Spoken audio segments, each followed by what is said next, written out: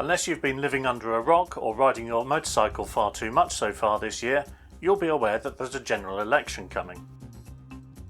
You're going to be asked to give up a good day's riding to visit a polling station to vote for a politician that you probably don't entirely agree with. Many pundits will claim that this next general election is going to be a pivotal one. At MAG, we want this general election to be the one where the future of motorcycling was secured and promoted, rather than facing further years of significant threat. We really should stop just moaning about it over a coffee, over a pint, and go out and put an X in the box. MAG has launched a general election manifesto. We are calling it Move on Motorcycling. A lot of people will say, well, why is MAG running a manifesto in an election campaign where MAG has no candidates of its own? And the answer to that is that we've actually been doing this for the best part of 30 years now, in fact over 30 years. The first time we ran what we called our Bikers Our Voters campaign was in the run-up to the 1992 general election. And it was a success right from the start, because in the 1992 election, for the first time ever, all three major parties directly addressed the concerns of motorcyclists as we articulated in the Motorcycle Action Group. And we've run it at every general election campaign since. We ran it in the European elections when Britain was still in the EU, and we're running a campaign this time so that all candidates properly understand what motorcyclists are concerned about.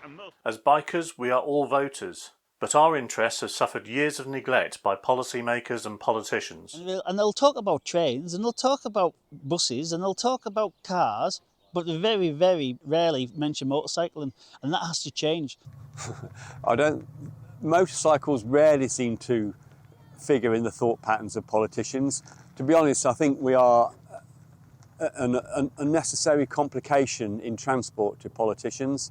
So no, we don't figure in the thinking of the bulk of politicians. There are some politicians who ride motorbikes, and those ladies and gentlemen understand, but to the bulk of politicians, motorcycles either don't exist, or if they do exist, they exist as a complication. We feel that policy proposals currently on the table really do pose an existential threat to the future of motorcycling. We've got a general election coming up this year, as we know, and the government want to dictate to us about motorbikes. I've recently been lucky enough to buy a brand new petrol motorbike, which could be outlawed under government rules as they stand at the moment. And it seems there's an intention to force us down an electric-only route. What every motorcyclist I know is concerned about is the move to forced electrification, and we completely oppose that. The government shouldn't be dictating to us. If there is a new way to go with engines, that should be a natural development, and the market should develop rather than being forced upon us. It should be a choice. If somebody wants to buy an electric vehicle, that's fine. But for me, from where I'm based, and it's a rural area, the electric vehicles aren't on par with the petrol and diesel versions. They just aren't. I'm not opposed to electric. There's a market for it. However, it should be down to your choice, and our government, our politicians should be listening to the people rather than expecting the people to purely listen to them. So it's an important thing that we engage with politicians, because unfortunately if we don't, they're not going to know what our problems are and what the issues are. They're not going to listen, they're not going to see motorcycle riders as a force to be reckoned with. So MAG is calling on whichever political party wins the next general election to move on motorcycling. But what does a move on motorcycling really mean? We'd like to see more younger people get into motorcycling, and all I see is with the current legislation that we've already got, it's more of a hindrance than a help. There are too many hurdles in the way for a person to get into motorcycling. We want a government that will change the national attitude towards motorcycling, embrace the benefits of motorcycling, and encourage greater uptake of motorcycling through better transport policy. I'm surprised that politicians don't make more motorcycles. Motorcycles are a good form of transport. In era when we want to reduce congestion and reduce pollution, the motorcycle ticks both of those boxes. And motorcycling should be encouraged, not discouraged. We are the answer to the problem, we are not the problem. But the first and most important move for a new government is to step away from the forced electrification proposals, which we believe will stifle innovation and lead to the death of motorcycling. Look, if you're a biker and you enjoy motorcycling, you think it's good, and I love motorcycling, it's the best thing that's happened to me in my life.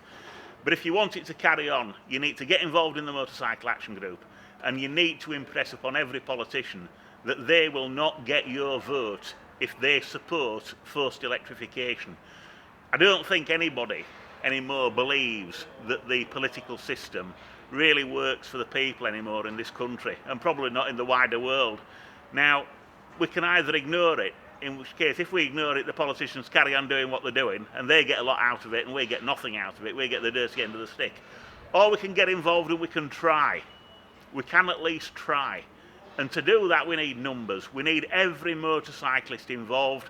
Ideally, those 1 million motorcyclists out there, we need 1 million MAG members. Now, we're probably not going to get that, but even if we could get halfway there, we could be a massively more influential organisation than we are now. We've always punched above our weight. Everybody's always admitted that. But just think what we could do if we had everybody, every motorcyclist on our side. We could stop forced electrification and we could get a better deal for bikers everywhere in this country. Riders are going to be asking whether any of the political parties will show the vision, leadership and ability to deliver a better future for motorcycling.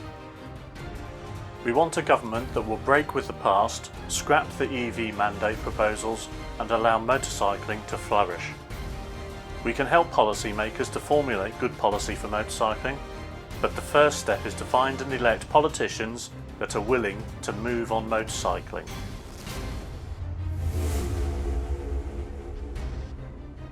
We really should stop just moaning about it over a pint and go out and put an X in the.